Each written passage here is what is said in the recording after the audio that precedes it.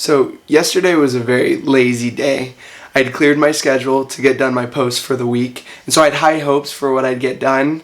Thinking that I had time to spare, I went on my phone first thing in the morning, which is generally a really bad idea because it primes your brain for a day of distraction. But my discipline failed me and I went on my phone. The thing about my phone right now, though, is that it's actually really boring. In the month of February, I decided to delete all my social media as part of a little 1 month long challenge, which I'll talk about next week. So I noticed an app labeled ODYFI, and I was unsure what it was. Upon clicking on the app, I was greeted by the homepage for One Day You'll Find Yourself. The author calls this book a progressive web book because you can download it to your homepage and read it like a book with or without internet connection, and the author is also constantly updating it. It's ever changing. So at that point, I realized that I stumbled upon ODYFI while I was going through the uselessweb.com, which if you have any value for your time whatsoever, don't go to this website. It's a time suck. One Day You'll Find Yourself consists of 200 pages worth of advice, and the author claims that he's credible because he's a man who's grown old, and he also has a lot of great role models throughout his life. The book is categorized into 12 sections, each relating to a different area of life. Throughout this post, I'm going to be picking my favorite piece of advice from each section, talking about how it applies to my life and how it can apply to yours. So first up, we have life advice. Wanting something. One day you'll find yourself wanting something. Add effort, talent, and a little luck, and you'll likely succeed. Wanting something badly, however, is not itself an achievement. Extra points. Youth, by the way, is not an achievement either. One thing that I've realized about myself is that I like to tell people my plans for the future. The dopamine hit that your brain gets from telling people your plans is very similar to the dopamine hit that you get when you actually complete that thing. And so then you end up never doing that thing. I sometimes tell myself that it's okay to be lazy and healthy because I'm young and I'm doing most of the things right. Realistically, though, because I'm young and I have free time, I'm in the best possible position to be healthy and to work hard. Next, we have miscellaneous advice. Eating pistachios. One day you'll find yourself eating pistachios. And because they're delicious, you might reasonably expect that you'd enjoy pistachios even more if you didn't have to shell them. And then you might buy a bag of pre-shelled pistachios and learn an important lesson. The pleasure of eating pistachios is not just in consuming them, but in opening them. Extra points? Yes, there's a life lesson in that. A lot of the miscellaneous advice was very silly, but I found that this one actually hit hard. The lesson is simply to enjoy the journey and not just focus on the destination. You have to love the journey. Next up, communication advice. Writing. One day you'll find yourself writing. Writing is rewriting. It's excising words and reworking thoughts until an idea is expressed as concisely and precisely as possible. Persistent writing and rewriting begets both clarity and style. This was the piece of advice that I needed to take the most time to fully digest.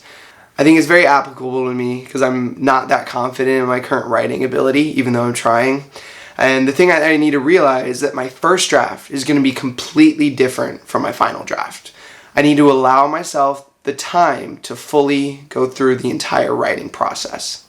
We then have financial advice. Having what you once wanted. One day you'll find yourself having what you once wanted. Remember to enjoy it. Desire is suffering. Work to a point that you have the freedom to do what you want with your time and effort, but know when enough is enough and don't always want more. We then had the work advice section. Looking for your first real job. One day you'll find yourself looking for your first real job.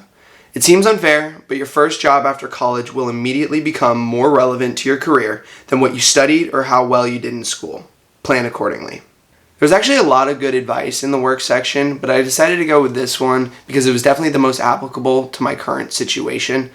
I think that with technology, the job market is evolving much quicker than it was when the author got his first job out of college. But regardless, it is true that it's worth spending a considerate amount of time looking for that first job and not just settling for the first one that you get. We then have love and dating advice. Wanting romantic love. One day you'll find yourself wanting romantic love. Start by leaving the house and loving life, and romantic love will almost inevitably follow. Choosing who to marry is the most important decision of your entire life. Your general happiness and success is going to be determined based off of who you marry. So it feels like you should spend an ample amount of time finding that person. But the reason I like this advice is because it says as long as you're getting out of the house, the only other thing that you need to worry about is loving life. If you are a happy and healthy person, you're going to attract other happy and healthy people. So with enough time, you're going to find what you're looking for. Next, travel advice. Taking a trip. One day, you'll find yourself taking a trip. Keep notes. Jot down experiences, snaffus, conversations, and shared jokes. As you age, many of your best memories will be of travel, and written notes can be even better than photographs at preserving them. Traveling is definitely going to be one of my main priorities in my 20s. I think there's so much to learn about the world that you are not going to be able to get if you stay in the same place that you were born. And this just shows that I'm going to make sure that I document every step of that process. For example, I'm planning on going to Ireland this summer, and so I'm definitely going to want to record a lot of content regarding that. Health and fitness advice. Wanting washboard abs. One day, you'll find yourself wanting washboard abs. Wait it out.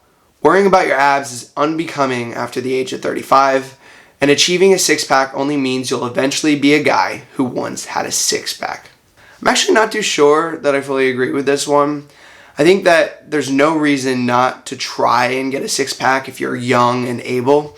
And while it's unlikely that you'll have a six-pack past 35, there's no harm in trying. In fact, there's harm in not trying. We then had the style advice section, which was very lengthy and massively out of my depth. Wearing shorts. One day, you'll find yourself wearing shorts. Fair enough, it's probably hot out. One day, you'll also find yourself wearing a t-shirt.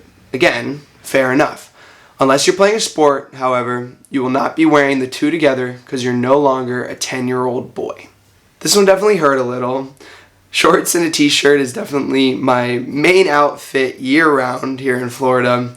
So I'll definitely keep this advice in mind, but I don't know how well I'll be able to actually implement it.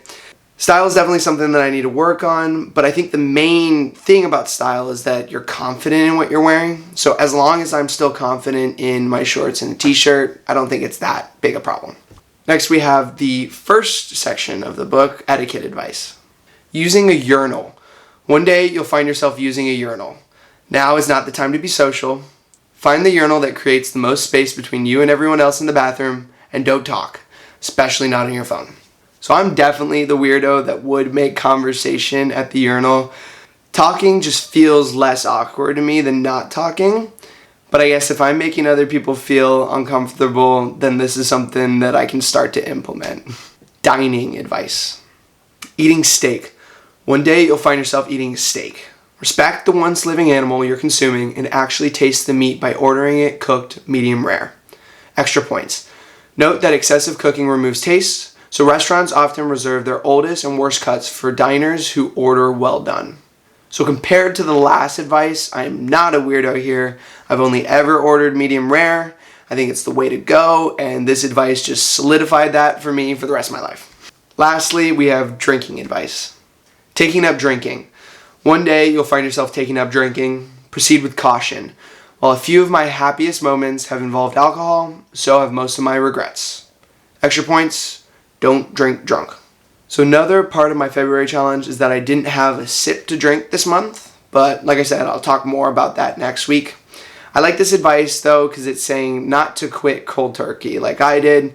It's saying that social drinking can actually add an element of excitement.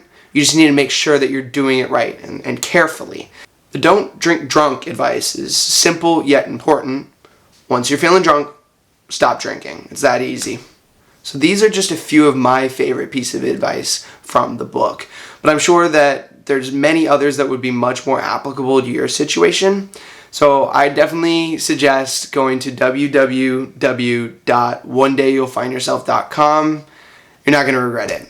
So this was my third video. This one was fun, but I did it pretty quickly, and I think as I move forward throughout the weeks, I want to really make sure that I'm putting in a considerate amount of time and effort into each video.